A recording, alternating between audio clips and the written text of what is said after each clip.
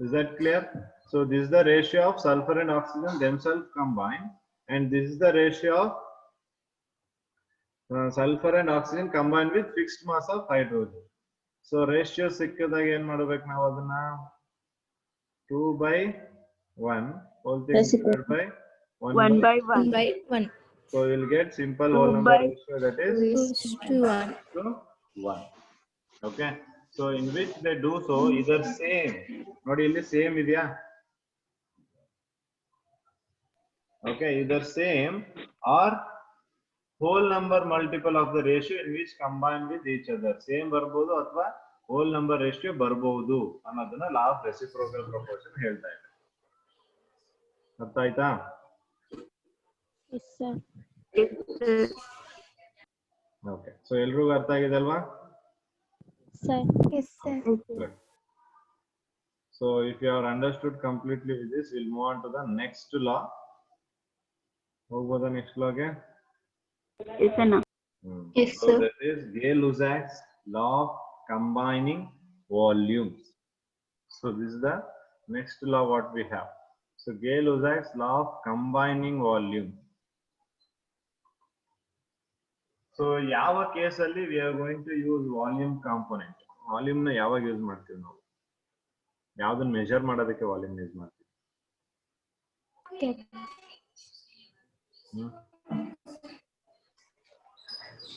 Gases ಅಲ್ವಾ? Gas ಅಥವಾ liquid ನ ತಗೋಬಹುದು. Yes, sir. Okay. So here we are not going to consider liquid, so we'll consider only gas. So it means this law is only for ಯಾವ್ದಕ್ಕೆ? Yes. Gases ಮಾತ್ರ. Okay. Yes, So sir. gaseous substances ಏನಿರುತ್ತೆ, gaseous substances ಮಾತ್ರ this law is going to be applicable. Remember, this law is not going to be applicable for the solids or liquids. This law is going to be applicable only for gases. Okay. So this was given by the scientist named by Joseph Louis Gay-Lussac. ಇದೆ ಹೆಸರು ಕೊಟ್ಟಿದ್ದಾರೆ ಅಂತ. Joseph Louis Gay-Lussac.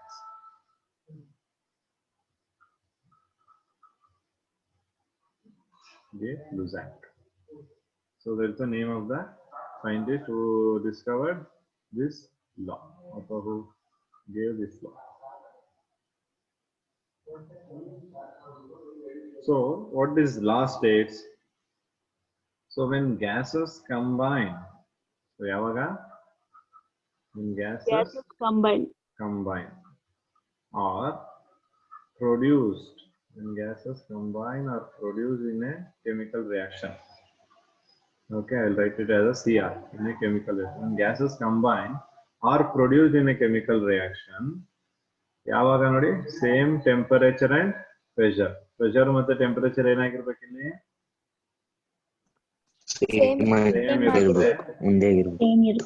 ಆ ಕೇಸಲ್ಲಿ the ratio of volumes of reacting gases are small whole number, ಅಥವಾ when the gases combine or produced in a chemical reaction, they do so in simple ratio by volume. They do so in simple ratio by volume. So I'll write here, when gases combine, write down this one, gases combine or produced in a chemical reaction, they do so in simple ratio. They do so in simple ratio by volume. They do so simple ratio by volume, provided all gases at same temperature and pressure. So write down this definition. The definition of follow. This is simple. So when gases combine or produced in a chemical reaction, they do so in simple ratio by volume, provided all gases at same temperature and pressure. So what do you understand by this statement?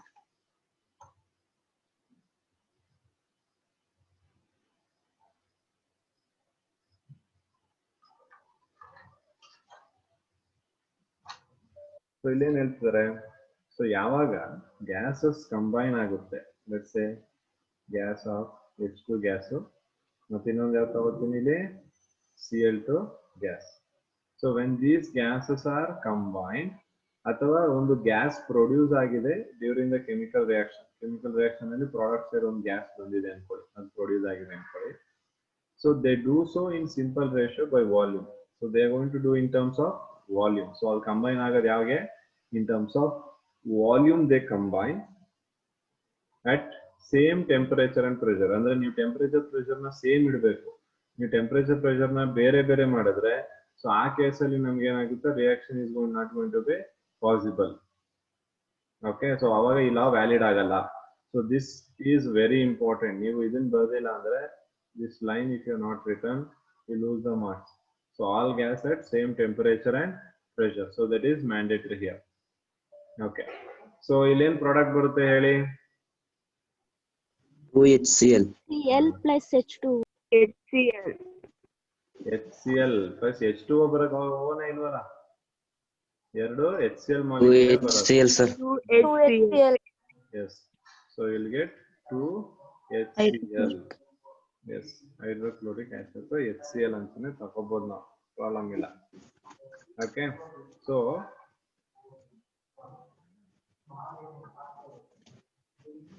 Hydrogen gas ಎಷ್ಟು volume ಇದೆ ಇಲ್ಲಿ ಹೇಳ್ಬೋದಾ? 2. ಒಂದು volume. ಇದು hydrogen gas ಅಂದ್ರೆ H2 ಕಣ್ರಪ್ಪ. H2 is hydrogen gas. Atom ಎಷ್ಟಿದೆ, hydrogen atom ಎಷ್ಟಿದೆ ಅಂದ್ರೆ ನೀವು ಎರಡನ್ನೋದು ತಪ್ಪಿಲ್ಲ. ಬಟ್ H2 ಗ್ಯಾಸ್ ಎಷ್ಟಿದೆ ಅಂದ್ರೆ 1 ವಾಲ್ಯೂಮ್ ಇದೆ. 1 valve. Cl ಎಷ್ಟಿದೆ?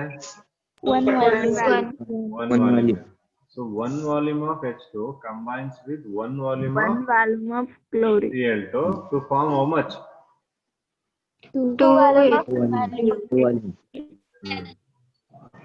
ಅಲ್ವಾ? ವಾಲ್ಯೂಮ್ ಈಕ್ವಲ್ ಆಗಿದೆ ಎರಡು ಸೈಡ್, ಅಬ್ಸರ್ವ್ ಮಾಡಿ. Yes sir. ಅಲ್ವಾ? sir. 1 volume of H2 combines with 1 volume of Cl2 to form 2 volume of HCl at same temperature and pressure ಅಂತ ಅರ್ಥ ಅಲ್ವಾ? Yes sir. ಓಕೆ, ಸೊ ಈಗ ನಾನು if I take 20 ml of H2, okay, then 20 ml of Cl2, how much will be HCl formation? Sir, 40 ml. 40 sir. 40 ml. 40 ml ಏನ್ formation ಆಗುತ್ತೆ ಇಲ್ಲಿ ನಮಗೆ? HCl. Formation ಆಗುತ್ತೆ. ಅರ್ಥ ಆಗ್ತಿದ್ಯಾ? Yes sir. Okay, yes. Similarly, let me take on one more example. The definition ಬರ್ಕೊಂಡಿದ್ದೀರಾ? Yes sir. Okay, ಅದನ್ನ ಮಾಡ್ತೀನಿ ಅದಕ್ಕೆ.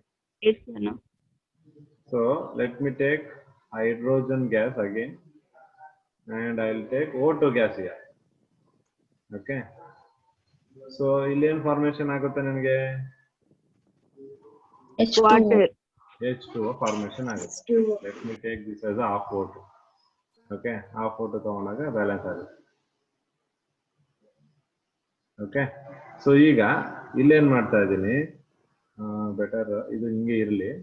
ಫಸ್ಟ್ ನಾನು ಹೇಗೆ ಬರ್ತೀನಿ, write this hydrogen plus oxygen gives you what? Water. ಈ ಮೇಲ್ಗಡೆ ಇರೋ ಈಕ್ವೇಶನ್ ಈಗ ಬೇಡ ನಮ್ಗೆ, ಮೇಲ್ಗಡೆ ಇರೋ ಈಕ್ವೇಶನ್ ಆಮೇಲೆ ತಗೋತೀನಿ, ಈಗ ಇಷ್ಟಿರ್ಲಿ. ಓಕೆ, ಸೊ ಇವಾಗ ಇಲ್ಲಿ ಅಬ್ಸರ್ವ್ ಮಾಡೋಣ ನಾವು. ಹೈಡ್ರೋಜನ್ ಅವ್ರು ಎಷ್ಟು ಕೊಟ್ಟಿದ್ದಾರೆ? 100 ml ಕೊಟ್ಟಿದ್ದಾರೆ. ಜೊತೆಗೆ ಆಕ್ಸಿಜನ್ ಎಷ್ಟು ಕೊಟ್ಟಿದ್ದಾರೆ? 50 ml ಕೊಟ್ಟಿದ್ದಾರೆ. ಸೊ ವಾಟರ್ ಎಷ್ಟು ಫಾರ್ಮೇಶನ್ ಆಗುತ್ತೆ ನಮ್ಗೆ? 150 ml. 150 ml. 100 ml. ಅಲ್ವಾ? ಇಷ್ಟೊತ್ತರೆಗೂ ಲಾ ಮಾಡಿದೇನಿಕ್ಕೆ? Sir, ಯಾಕೆ 150 ml? ಹಾ, ಹೇಳ್ತೀನಿ. 100 ml ಬರುತ್ತೆ ಕಂಬೈನ್. ಆನ್ಸರ್ ನಿಮ್ಗೆ ಗೊತ್ತಿದೆ.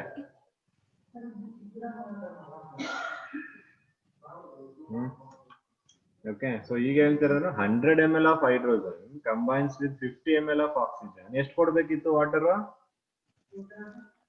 100 ml ಕೊಡ್ಬೇಕಿತ್ತು. ಹಾ ಎಷ್ಟು ಕೊಡ್ಬೇಕಿದ್ ನಿಮ್ ಪ್ರಕಾರ? 100 ml ಕೊಡ್ಬೇಕು. 150 ml. 150 ml ಕೊಡ್ಬೇಕು ಅಂತ ನೀವ್ Yes, sir. ಹೇಳ್ತಾ ಇದ್ದೀರಾ ಹೌದಲ್ವಾ? Sir. But Yes, I sir. am saying it is giving 100 ml ಅಂತ. So ಅರ್ಥ ಸರಿ. ಏನು? Volume of hydrogen and oxygen combine together to bear a simple whole number ratio of 2:1. ಕರೆಕ್ಟಾ? ಇದ್ರ ರೇಷಿಯೋ sir. ನೋಡಿಯಪ್ಪ, ಹೈಡ್ರೋಜನ್ ಆಕ್ಸಿಜನ್ 2:1 ತಾನೆ. Yes, sir. 2:2 ಅಂತ ನೀವು ತಗೊಂಡಿದ್ದಿದ್ರೆ ನೀವ್ ಹೇಳಿದ್ 150 ಕರೆಕ್ಟ್. Got it? ಅರ್ಥ ಆಯ್ತಾ ನನ್ನ ಪಾಯಿಂಟ್?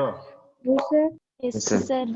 2:1 ಇರೋದ ರೇಷಿಯೋ, 2:2 ಇರೋದ ವಾಟರ್ದು 2:1. 2:1 ತಾನೆ. Yes, sir.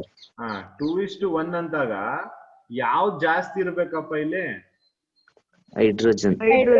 ಹೈಡ್ರೋಜನ್ ಜಾಸ್ತಿ. ಯಾವ್ದು ಕಮ್ಮಿ ಇರ್ಬೇಕು? Oxygen. ಆಕ್ಸಿಜನ್ ಅಲ್ವಾ? ಅಂದ್ರೆ ಇಲ್ಲಿ 150 ml ಫಾರ್ಮೇಶನ್ ಆಗಲ್ಲ. 150 ml ಜಾಗದಲ್ಲಿ ಏನಾಗುತ್ತೆ, ಇಂದ 2:1 ರೇಷಿಯೋದಲ್ಲಿ ಏನಾಗುತ್ತೆ ನಮ್ಗೆ, ಅದು ಹಾಫ್ ಫಾರ್ಮೇಶನ್ ಆಗುತ್ತೆ. ಈಗ ನಾನು ಇಲ್ಲಿ ಆಕ್ಸಿಜನ್ಗೆ 100 ml ಅಂತ ತಗೊಂಡ್ರು ನಿಮ್ಗೆ 200 ml ಬರುತ್ತಾ? Yes, sir. Yes, sir. ಹೆಂಗ್ ಬರುತ್ತೆ 200 ml? ಹಾಫ್ ಬರಬೇಕಲ್ವಾ? 50 ಬರುತ್ತೆ ಸರ್. ಅಲ್ವಾ? ಸೊ ಆ ತರ ಇಲ್ಲೂ ಕೂಡ ನಾವು ಏನ್ ತಗೊಂಡಿದೀವಿ, ಕಂಬೈನ್ ಆಗ್ತಿರೋದನ್ನ. Okay, so they has to bear a simple whole number ratio. ಅದನ್ನೇ ತಾನೇ ನಾವು ಡೆಫಿನೇಷನ್ ಅಲ್ಲಿ ಹೇಳಿದ್ದು. ಎಕ್ಸಾಂಪಲ್ ನೋಡ್ಕೊಳ್ಳಿ, ಇನ್ನೊಂದ್ ಸ್ವಲ್ಪ ಕ್ಲಾರಿಟಿ ಕೊಡ್ತೀನಿ ನಾನು. ಓಕೆ, ಸೊ ಇಲ್ಲಿ they bear simple whole number ratio ಅಂತ ಹೇಳಿದ್ದೆ ನಾನು, at same temperature and pressure ಅಂತ. ರೈಟ್? ಅರ್ಥ ಆಯ್ತಾ? Yes, sir. ಸೊ ಈ ಲಾ ಏನಿದೆ ಅಲ್ವಾ, so this is can also be known as law of definite proportion by volume. Proportion by volume. ನಾವು ಓದಿದ್ದೊಂದು ಲಾ ಓದಿದ್ವಿ ಫಸ್ಟ್, ಯಾವ್ದು ಹೇಳಿ? ಡೆಫಿನೆಟ್ ಪ್ರಪೋರ್ಷನ್ ಓದಿದ್ವಿ, ಕಾನ್ಸ್ಟೆಂಟ್ ಪ್ರಪೋರ್ಷನ್ ಓದಿದ್ವಿ. That is by mass. ಅರ್ಥ ಆಗ್ತಿದ್ಯಾ? ಅದು ಹೇಗೆ? By mass.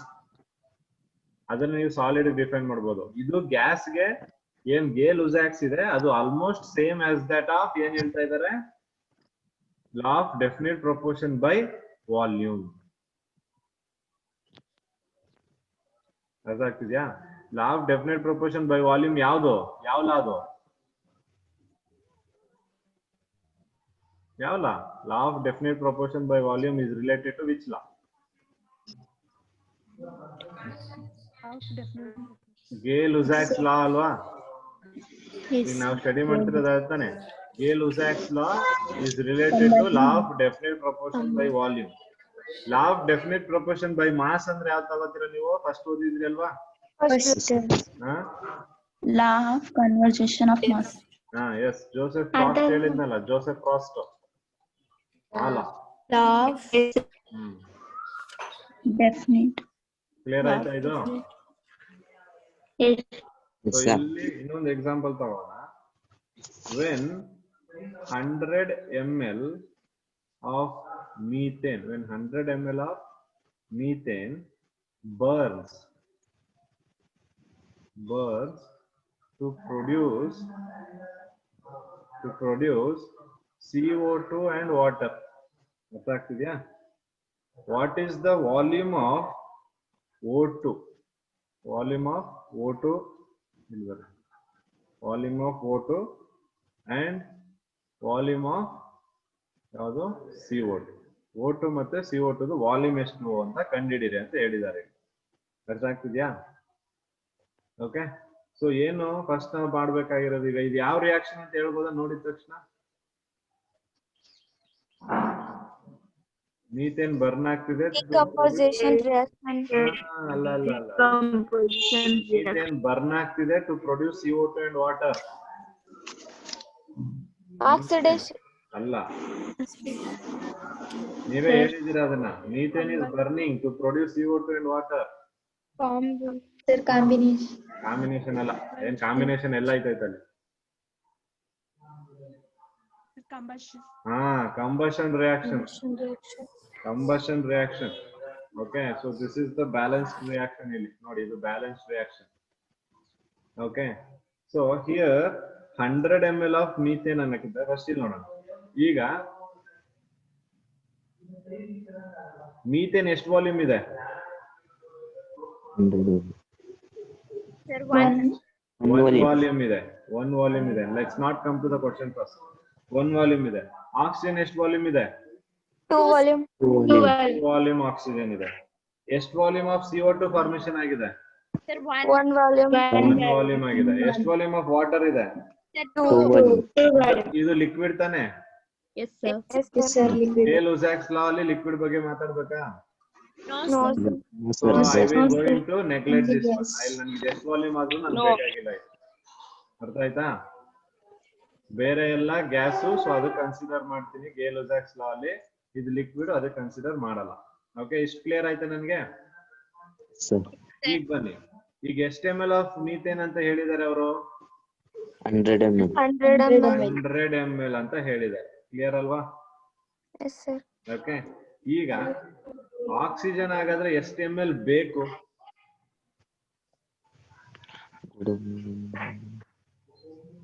ಹಾಗಾದ್ರೆ ಆಕ್ಸಿಜನ್ ಎಷ್ಟು ml ಆಗುತ್ತೆ? 200 ml. 200 ml. Yes, very good. 200 ml ಅಲ್ವಾ? ಈಗ ನೋಡಿ, 1 volume is equal to 100 ml ಅಲ್ವಪ್ಪ ಇಲ್ಲಿ? Yes, sir. Yes, sir. ಹಾಗಾದ್ರೆ 2 ವಾಲ್ಯೂಮ್ ಎಷ್ಟು ಆಗ್ಬೇಕಪ್ಪ? 200 200 ml ತಾನೇ ಆಗ್ಬೇಕು. Yes, sir. ಹಾ, ಅದೇ ಆಗಿರೋದು ಇಲ್ಲಿ 200. ಹಾಗಾದ್ರೆ CO2 ಎಷ್ಟು ಬಂತು ಅಂದ್ರೆ ಎಷ್ಟು ಹೇಳ್ತೀರಾ ನೀವು? 100 ml. ಅರ್ಥ ಆಯ್ತಾ ಇವಾಗ? Yes, Yes, sir. sir.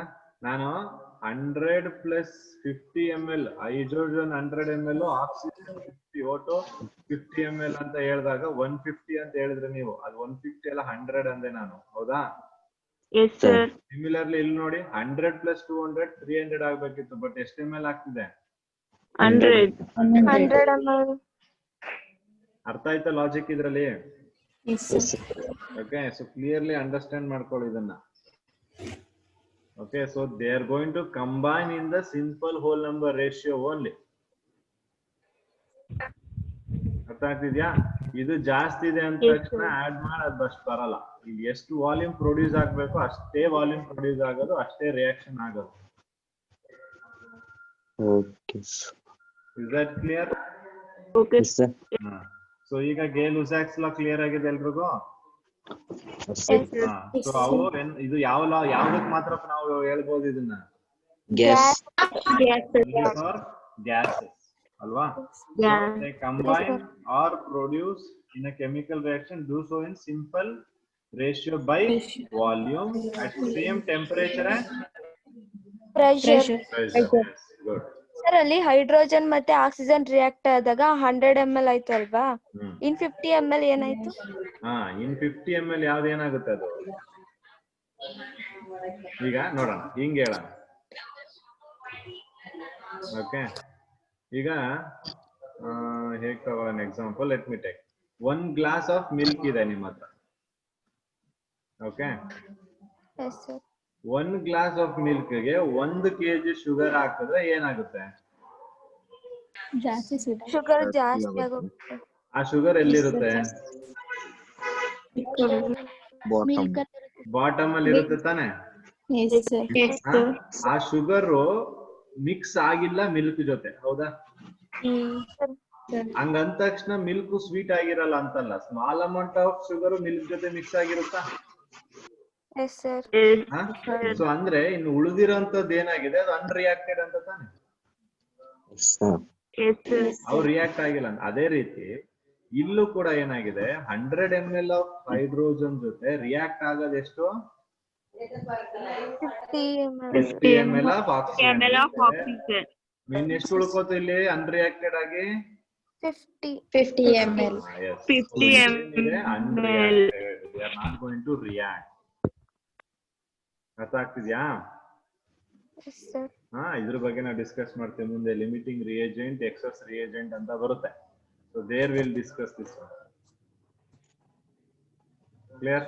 ಈಗ ಮಿಲ್ಕ್ ಫುಲ್ ರಿಯಾಕ್ಟ್ ಆಗಿದ್ಯಾ? ಅಷ್ಟು ಮಿಲ್ಕ್ ರಿಯಾಕ್ಟ್ ಆಗಿದೆ ಶುಗರ್ ಜೊತೆ?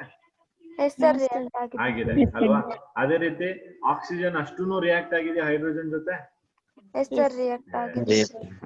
ಈ ಪಾಯಿಂಟ್ ನ ನೆನ್ಪಿಟ್ಕೊಳ್ಳಿ. On this point we will be discussing about limiting reagent and excess reagent next. ಆಗಿದೆಯಾ? ಓಕೆ. ಸೊ ಹಾಗಾದ್ರೆ ನೆಕ್ಸ್ಟ್ ಲಾಗ್ ಹೋಗ್ಬೋದಾ? Okay, great. So ಇದು about Gay-Lussac's law. You can see 2 volumes of hydrogen combines with 1 volume of oxygen to form 2 volumes of hydrogen. Ratio ಇದೆ ನೋಡಿ, 2:1 ರೇಷಿಯೋದಲ್ಲೇ ಇದಾವೆ ಅಲ್ವಾ? So next ಲಾ ಇರೋದು ನಮಗೆ is known as Avogadro's law. Okay. So Avogadro's law ನ ಯಾರು ಕೊಟ್ರು ಅಂತ ಹೇಳ್ಬೇಕಾಗಿಲ್ಲ ನಾನು ನಿಮ್ಗೆ.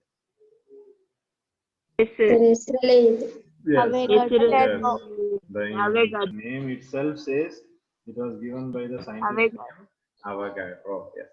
So ಅವನು ಈ ಲಾ ನ ಕೊಡ್ತಾನೆ. ಅಮಿಲಿಯೋ ಕಾರ್ಲೋ ಅವಗಾಡ್ರೋ ಅಂತ ಕರಿತೀವಿ ಅವನು. ಓಕೆ. ಸೊ ಇವಾಗ let's see what are the law states of the Avogadro's law states. Let's see. So Avogadro law ಗೆ ಬಂದ್ರೆ ಇದು ಕೂಡ ಅಗೇನ್ ನಮ್ಗೆ ಯಾವ್ದಕ್ಕೆ only for gases ಗೆ. So ಇದನ್ನ ನಾವು again you cannot define for any other else. So this is also or this law is also for gaseous substances. So Avogadro law states what?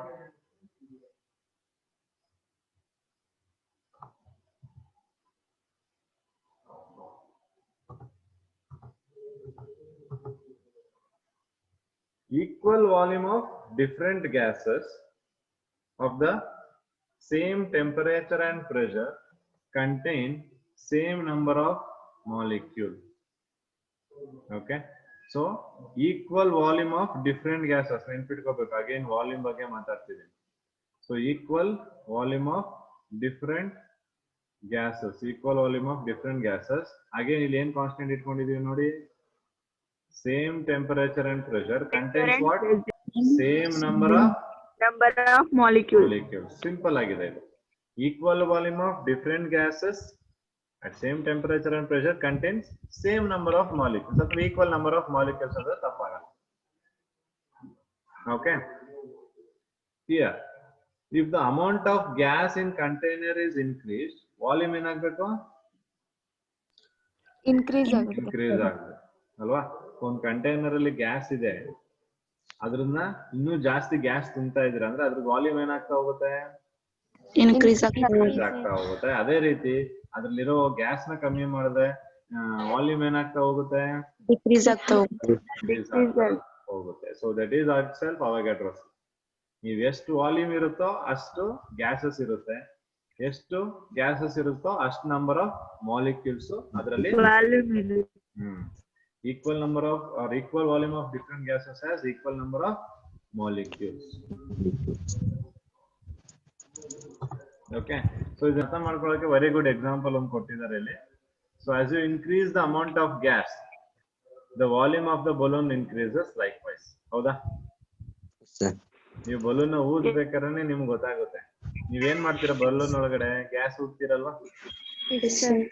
So ನೀವು gas ಊದ್ತಿದ್ದಂಗೆನೆ ಅದ್ರದ್ದು size ಅಷ್ಟೇ ಇರುತ್ತಾ?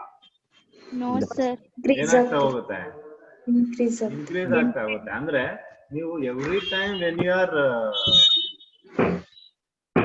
are filling gas inside the balloon, the volume of the balloon increase ಆಗುತ್ತಾ? Yes sir. ಯಾಕೆ volume of balloon increase ಆಗ್ತಿದೆ? ಯಾಕೆ volume of balloon increase ಆಗ್ತಿದೆ? Gas amount of gas molecules ನೀವು ಗ್ಯಾಸ್ ಮಾಲಿಕ್ಯೂಲ್ಸ್ ನ fill ಮಾಡ್ತಿದ್ದೀರಲ್ವಾ? Yes sir. So I can say that if you increase the gas molecules, it is going to be directly proportional to volume ಅಂತ ಹೇಳ್ಬೋದಾ? Yes sir. ಅಂದ್ರೆ gas molecules na can I take it as a number of gas molecule? ತಗೋಬೋದಲ್ವಾ? Number of gas molecule is directly proportional to volume ಅಂತ ಬರಿಬೋದಾ? Yes, sir. ಈ number ನಾನು small n ಇಂದ indicate ಮಾಡ್ತೀನಿ, which is directly proportional to v. Clear? Yes, sir. So n is what? Small n? Number of gas molecules. If the number of gas molecule increases, what happens to the volume? Volume also increases. Yes, very good. Volume ಕೂಡ ಏನಾಗುತ್ತೆ ನಮ್ಗೆ Okay, so that is the Avogadro law. ಅಷ್ಟೇ ಮುಗಿತು. Clear ಆಯ್ತಾ Avogadro law? Yes, sir. Yes, sir. So ನೀವು volume ಜಾಸ್ತಿ ಮಾಡಿದ್ರೆ ಅದರದ್ದು ನಂಬರ್ ಆಫ್ ಗ್ಯಾಸ್ ಮಾಲಿಕ್ಯೂಲ್ಸ್ ಕೂಡ ಜಾಸ್ತಿ ಆಗುತ್ತೆ. So this law was real breakthrough to understand nature of gases. So nature of gases understand ಮಾಡ್ಕೊಳ್ಳೋದಕ್ಕೆ ಸೊ ಇದು ತುಂಬಾ ಹೆಲ್ಪ್ ಮಾಡ್ತು. ಇದ್ರ ಬಗ್ಗೆ ಇನ್ನೂ ನಾವು ಸ್ಟೇಟ್ಸ್ ಆಫ್ ಮ್ಯಾಟರ್ ಅನ್ನೋ ಚಾಪ್ಟರ್ ಬರುತ್ತೆ, ಅಲ್ಲಿ ಎಸ್ಪೆಷಲಿ ಮೇಜರ್ ಆಗಿ ಗ್ಯಾಸಸ್ ಬಗ್ಗೆ ತಿಳ್ಕೊಳ್ತೀವಿ. It offered a rational explanation to Gay-Lussac's law of defining volumes of gases and indicated the diametric nature of elemental gases such as hydrogen, chlorine, and oxygen. Actually, before Avogadro's law barakinta munche, all the scientists had thought that there is no gas which exists as a diatomic. Diatomic andre eno? Two atoms ಇರೋದು. ಅವರೆಲ್ಲ ಏನ್ assume ಮಾಡಿದ್ರು, gas ಅಂದ್ರೆ there is going to be polyatomic ಅಂತ, ಅದ್ರಲ್ಲಿ ಎಷ್ಟು atoms ಇದೆ ಅಂತ ಹೇಳಕ್ ಆಗಲ್ಲ ಅಂತ ಅಸ್ಯೂಮ್ ಮಾಡಿದ್ರು ಫಸ್ಟ್. ಅರ್ಥ ಆಗ್ತಿದ್ಯಾ? ಸೊ Gay-Lussac's law ನೂವೆ ಕನ್ಸಿಡರಿಂಗ್ ಗ್ಯಾಸಸ್ as ಪಾಲಿಅಟಾಮಿಕ್ ಅಂತ Gay-Lussac ಕೂಡ ಡಿಫೈನ್ ಮಾಡಿದ್ದ. ಯಾವಾಗ ಇವ್ನ Avogadro ಲಾ ಬಂತು ಅವಾಗ ಏನಾಯ್ತು, they got to know there are gases with the diatomic nature. So ಅದರಲ್ಲಿ ಹೈಡ್ರೋಜನ್ ಡಯಾಟಮಿಕ್, ಕ್ಲೋರೈನ್ ಡಯಾಟಮಿಕ್, ಮತ್ತೆ ಆಕ್ಸಿಜನ್ ಡಯಾಟಮಿಕ್ ಅಂತ ಪ್ರೂವ್ ಮಾಡ್ತಾರೆ. Is that clear? Yes, sir. Okay.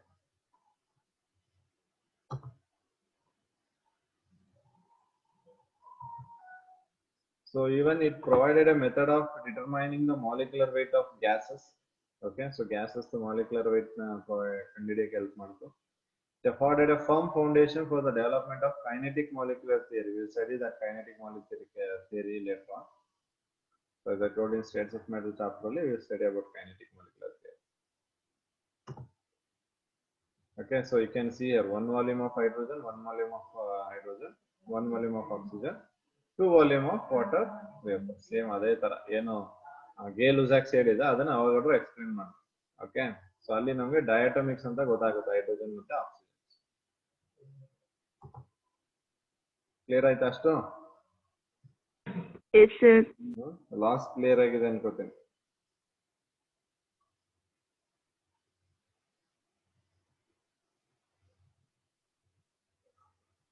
Okay, so next ನಮ್ಗಿರೋದು Dalton's atomic theory. So Dalton's atomic theory na already you people have studied, right? Yes, sir. Yes, sir. In 1806, 18th century actually, 18th century John Dalton ಅನ್ನೋ scientist is John Dalton. ಯಾವ್ದೋ ಒಂದು theory ಕೊಟ್ಟು ಯಾವ್ದೋ ಒಂದು ಲಾ ಹೇಳ್ದ. ಯಾವ ಲಾ ಹೇಳ್ದ?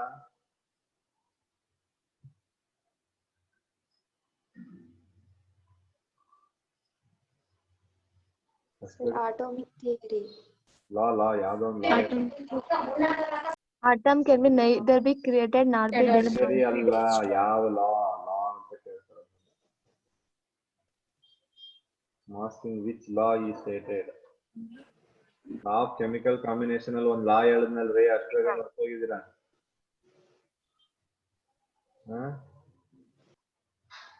Law of conservation of mass. Hey, law of conservation of mass. Law of multiple proportion ತಾನೆ? Yes, sir. ಏನ್ ಎಸ್ ಸರ್ ಈಗ ನೆನ್ನೆ ಮಾಡಿದ ಆಗ್ಲೇ ಮರ್ತೋದ್ರೆ ಹೆಂಗೆ? ಓದ್ತಾ ಇದ್ರ ಇಲ್ಲ ನೀವು ಮನೇಲಿ? ಓದ್ತಾ ಇಲ್ಲ, ಅದಕ್ಕೆ ಡೋಂಟ್ ನೋ ಎನಿಥಿಂಗ್. ಕೂತ್ಕೊಂಡು ಓದ್ಬೇಕು.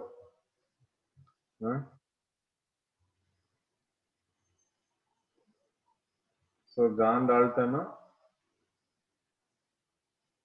1806 ಅಲ್ಲಿ gives atomic theory. So ಇವೊಂದು atomic theory also very good breakthrough for the scientist.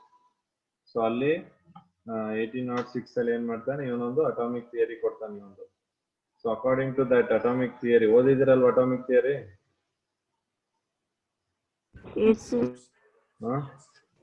Okay. sir. So ಓದಿದ್ರೆ ನಾವು ಇವನ್ ಬ್ರಿಡ್ಜ್ ಕೋರ್ಸ್ ಎಲ್ಲ ನಾವು ಡಿಸ್ಕಸ್ ಮಾಡಿದ್ವಿ ಬಿಗಿನಿಂಗ್ ಆಫ್ ದ ಕ್ಲಾಸ್ ಅಲ್ಲಿ. ನೆನಪಿದ್ಯಾ ಅದು? Yes, sir. So according to John Dalton's theory, so ಏನ್ ಹೇಳ್ತಾನೆ ಅವನು, matter consists of indivisible atoms. So matter ಅನ್ನೋದೊಂದು ಪಾರ್ಟಿಕಲ್, ಅದರಲ್ಲಿ ಇಂಡಿವಿಸಿಬಲ್ ಆಟಮ್ಸ್ ಇದಾವೆ ಅಂತ.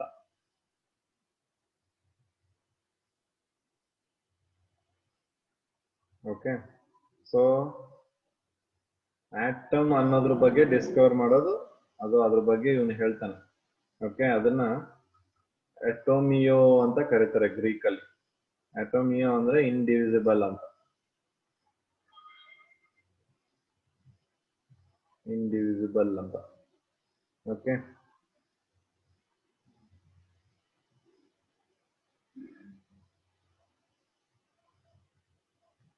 1808 he is going to submit 1808.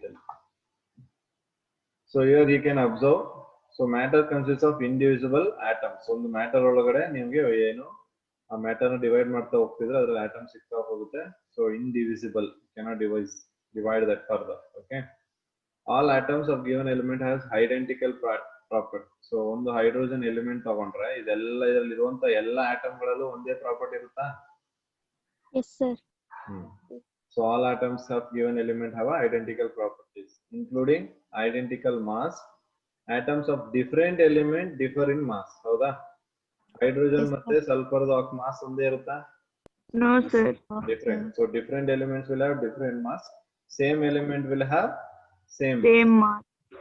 So compound are formed when atoms of different element combined in fixed ratio. Fixed ratio water ಬಂದ್ರೆ 2:1 fix ಅಲ್ಲಿ ಆಗಬೇಕು. NaCl ಬಂದ್ರೆ 1:1 fixed ರೇಷಿಯೋದಲ್ಲೇ ಏನಾಗುತ್ತೆ, ಅವು ಕಂಬೈನ್ ಆಗಿ ಕಾಂಪೌಂಡ್ ಗಳನ್ನ ಫಾರ್ಮೇಶನ್ ಮಾಡೋದು. Okay, so compound R formed when atoms of different elements combine in a fixed ratio. So chemical reaction involve reorganization of atoms. This are neither created by nor destroyed. So atoms ನೀವು create ಮಾಡಕ್ಕೂ ಆಗಲ್ಲ, ನೀವು ಅದನ್ನ destroy ಮಾಡಕ್ಕೂ ಆಗಲ್ಲ, but ಅದೇನಾಗುತ್ತೆ, rearrangement ಆಗುತ್ತೆ ಅಲ್ವಾ? Yes, sir. ಸೊ NaOH ಅಥವಾ HCl ತಗೊಂಡ್ರೆ ನೀವು ಏನಾಗುತ್ತೆ, ರೀಅರೇಂಜ್ಮೆಂಟ್ ಮಾಡುತ್ತೆ. NaCl plus H2 ಆಗಿ it's rearrangement itself. So it doesn't mean that here we have destroyed or we have created a new thing ಅಲ್ವಾ? ಸೊ ಇಲ್ಲಿ ಅವೇನಾಗ್ತಿದೆ, during a course of chemical reaction they undergoing rearrangement and they are forming a different compounds. So ಇಲ್ಲಿ ನಮ್ಗೆ ಯಾವುದೇ ರೀತಿಯಾದ creation ಮತ್ತೆ destroy ನ ಮಾಡಕ್ಕೆ ಆಗಲ್ಲ. ಅರ್ಥ ಆಗಿದೆಯಾ? Yes, sir. Yes, sir. So ಇದು ಡಾಲ್ಟನ್ಸ್ ಅಟಾಮಿಕ್ ಥಿಯರಿನ ಕೇಳ್ತಾರೆ ಟೆಸ್ಟ್ ಗೆ. So this is very important, you should prepare. So up to this class you have to be ready with this. Okay? Okay, sir. So ಇಲ್ಲಿ ತನಕ ನಿಮ್ಗೆ test ಇರುತ್ತೆ. So laws of chemical combination ಎಲ್ಲಾನು ಓದ್ಕೋಬೇಕು. Is that clear? Okay, sir. Yes, sir. Okay, good.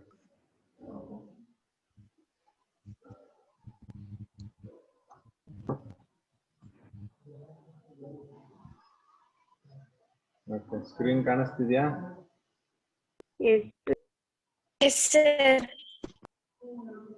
Okay, so ಇಲ್ಲಿ ಒಂದಷ್ಟು questions ಇದಾವೆ ನಿಮ್ಗೆ. ಸೊ ಈ ಕ್ವಶನ್ ಗಳನ್ನ ನೀವು ಸಾಲ್ವ್ ಮಾಡಬೇಕು. ಸೊ 13th ಕ್ವಶನ್ ಕಾಣಿಸ್ತಿದ್ಯಾ? Yes, sir. Yes, sir. So 13th question ಓದಿ. Number of significant figures in 1.0010 raised to 6 ಅಲ್ಲಿ ಎಷ್ಟಿದೆ? Sir, 3, sir. Option B. ಅಲ್ವಾ? Correct. Sir, option B 3 answer. Yes, very good. So ಅದೆಲ್ರಿಗೂ correct ಆಗಿ ಗೊತ್ತಾಗ್ತಿದೆ ನೋಡಿ. Option B is the right answer. Yes, sir. Okay, good. ಕಷ್ಟಪಟ್ಟೆ ಇದನ್ನ ಓದ್ಬಿಡ್ತೀನಿ. ಏನೇನ್ ಮುಟ್ಬಿಟ್ಟು.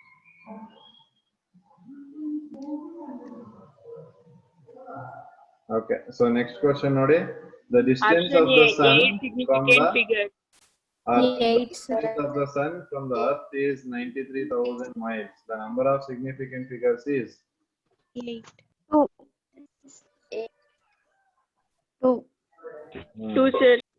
option 2 is right. Sir, 2. Option 2 is right. ಇಲ್ಲಿ ಹೇಳಿದ್ವಿ ಅಲ್ವಾ ನಾವು. Sir. ಸೊ ಈ ತರ miles Sir, decimal point illa. Point ಇಲ್ಲ, ಇಲ್ಲಿ ಕಾಮ ಹಾಕಿದಾರೆ ಅಷ್ಟೇ. ಸೊ ಹಾಗಾಗಿ it is going to be 2. Yes, good. Option C. So ಅದನ್ನೇ ನಾವು ಕನ್ಫ್ಯೂಸ್ ಮಾಡ್ಕೊಂಡ್ಬಾರ್ದು. You have to be very careful. Okay, 15th question answer ಏನು? In which of the following numbers all zeros are significant? ಎಲ್ಲ zero significant ಆಗಿರಬೇಕು. Sir, C. Option C, sir. Very good. Option C ಅಲ್ವಾ? Sir. ಇದರಲ್ಲಿರೋ ಎಲ್ಲಾ zero significant. Yes, sir. ಬೇರೆದ್ರಲ್ಲಿ ಇದು significant ಅಲ್ಲ, ಈ ಕಡೆ significant ಅಲ್ಲ, ಇದು ಸಿಗ್ನಿಫಿಕೆಂಟ್ ಅಲ್ಲ ಅಲ್ವಾ? Yes, sir. So all zeros are going to be significant. C. Yes. So what about 16th question?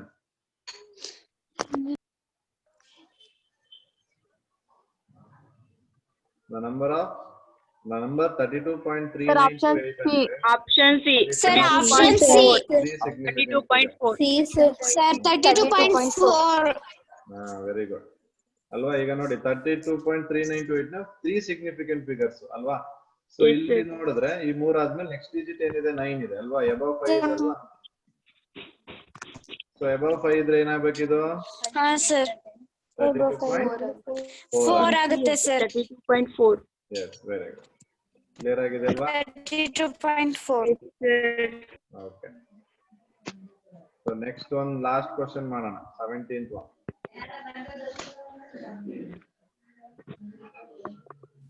So the decimal equivalent of 2/5 may be written up to 4 significant figure as. Sir, option C. Sir, option C. Yes, very good. Option C ಅಲ್ವಾ? 2/5 Sir, 4 significants are there. 0.4 ಬರುತ್ತೆ ಹೌದಾ? Yes, sir. Yes, sir. 0.4 ನ ನಾನು extend ಮಾಡಬಹುದು ಈ ತರ. Yes, sir. 0, 0, 0. So ಈ 4 significant figure ಆಗುತ್ತೆ ಅಲ್ವಾ? Yes, sir. This is going to be right. Okay, so good. So ಈ ತರ ಕ್ವೆಶ್ಚನ್ಸ್ ನಿಮಗೆ ಟೆಸ್ಟ್ ಅಲ್ಲಿ ಬರುತ್ತೆ, ಕಾಂಪಿಟೇಟಿವ್ ಎಕ್ಸಾಮ್ ಗೂ ಬರುತ್ತೆ. Okay, ಅದನ್ನ ನೀಟಾಗಿ clear? Yes, sir. Yes, sir.